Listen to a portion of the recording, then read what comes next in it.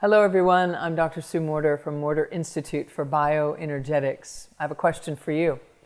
Are you happy? What is happiness? How often do you experience this thing that you call happiness? Is it something you pursue? Is it something that is inherent? Do some people have more of it than others?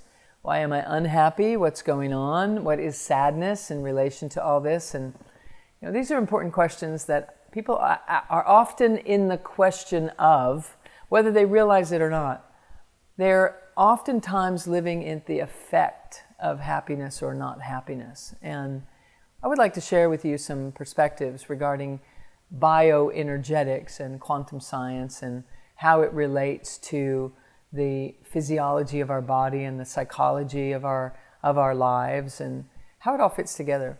Because everything is energy, and energy is supposed to be flowing through our bodies and through our lives. It literally pours in from overhead, hits the earth and rises up through us and cycles around the outside of the body and comes back in at the tip of the spine and up the body and out the crown and around and around. And it's constantly pouring in from overhead, hitting the earth and constantly rising up through the body and recycling. And if it's allowed to move in the way that it's designed to move, we experience upliftment, joy, delight, health, vitality. We rest well. We have energy to do the things we want to do. We're patient with people. We are patient with ourselves. We're loving. Love is happening in our lives. Expression of delight is coming to us and out from us, etc. It's an amazing reality if the system's allowed to run the way that it's supposed to. And if it runs in a different way, we experience all kinds of different versions of energy, and our energetics change. And so when one is sad, what is happening is the energy that's rising up through this system gets into a state of wobbling or distortions where it's going around areas where we're shut down. And there are different levels of consciousness that reside at different levels of your body physically that are housed in the system that we call the chakra system. I reference the chakra system as levels of consciousness that we're supposed to be accessing fully, each level, so that we have all of our components present on command. So that our deep knowingness that this life is meant to support me and is in favor of me growing and evolving and awakening, and that everything that happens is in my favor, there's a big one, and that energy is coupled with I can be in relationship and not turn into wanting all my happiness from you or from other, that I am generating it here and I can share it with you, but I'm not looking to you to give it to me. There's another big one. And to a personal esteem that is built upon this sense of self that is right here, that I don't need to prove it. I don't need someone to accept me. I don't need to fit in. I'm not in trouble. I don't need to try to achieve or to accomplish something in order to be somebody, that I'm already a somebody. Just sitting here, just by being here. I'm a beneficial presence on the planet just by being here if I don't interrupt it. And there's something. And then our ability to love and to feel that life is loving and to exchange on this level of love. It's a state of consciousness that allows this to happen. And then another state of consciousness that allows us to manifest and allows us to be here wholly, fully present and to live this happier version of life. Can happen if I manifest all of the things that I've been describing to you already. And then there's this other level of consciousness that knows that I'm an eternal being. I've always been and will always be. I've never been compromised. I'm just coming in here for a life experience, and it's a joyful experience if I let it be, and it's a hard experience if I decide that it needs to be, and that at some level of myself, I've determined the degree of happiness that is allowed to flow through this system that I described, coming through the body, hitting the earth, and cycling back around like this. And so if I'm not awake in each of those things that I just mentioned, I'm kind of wobbling around in some of this and some of that and some of this and some of that, but the energy takes up this wobble and it creates a distortion in my energy field. And in that distortion, I look out through that energy field and I see a life that just doesn't allow me to be happy. I see a life that's distorted. I see it inaccurately, because of what's going on inside of me, And this is something that we have not been taught in our cultures. And it's time for us to awaken to this, because we are truly creators. And we're coming into this life to create an experience that we choose. So happiness is not a thing to go and get. It's a way of living. Happiness is an integration. It's a byproduct of you integrating all of the parts of you. And your body is always constantly trying to show your mind how to integrate that, how to have it. But no one has taught us how to do that. So I explain it in my Energy Codes book.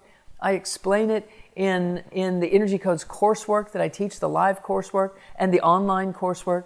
I'm constantly teaching all kinds of angles of us understanding that happiness is a vibrational frequency that is a byproduct of integration. And sadness is a sign that is telling you you're off course.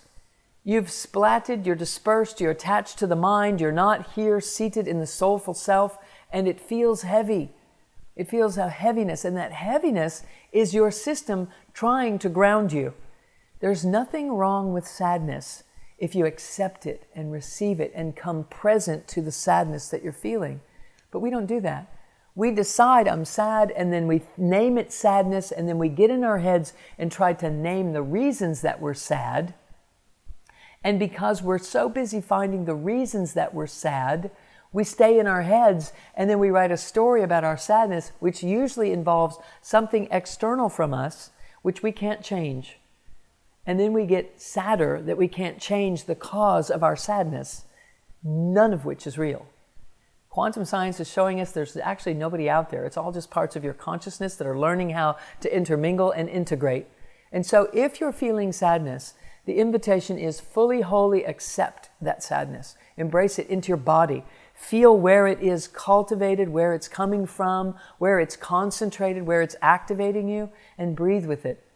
Stay right there with it and hug it on the inside and breathe with this sadness, this energy. And it's even better if you don't name it, if you just allow yourself to feel it. Because when you do feel it, there is a happiness that rises in the face of you becoming present to yourself in a way that you previously were disempowering yourself by handing the power of your happiness or your sadness to someone else. And then who knows what they're going to do with it.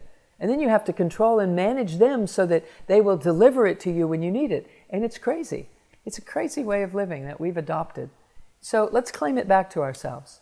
Come home. Have a deeper understanding that happiness is a byproduct of you being present for yourself. It's not something to pursue. It's an action. It's an actioning vibrational frequency.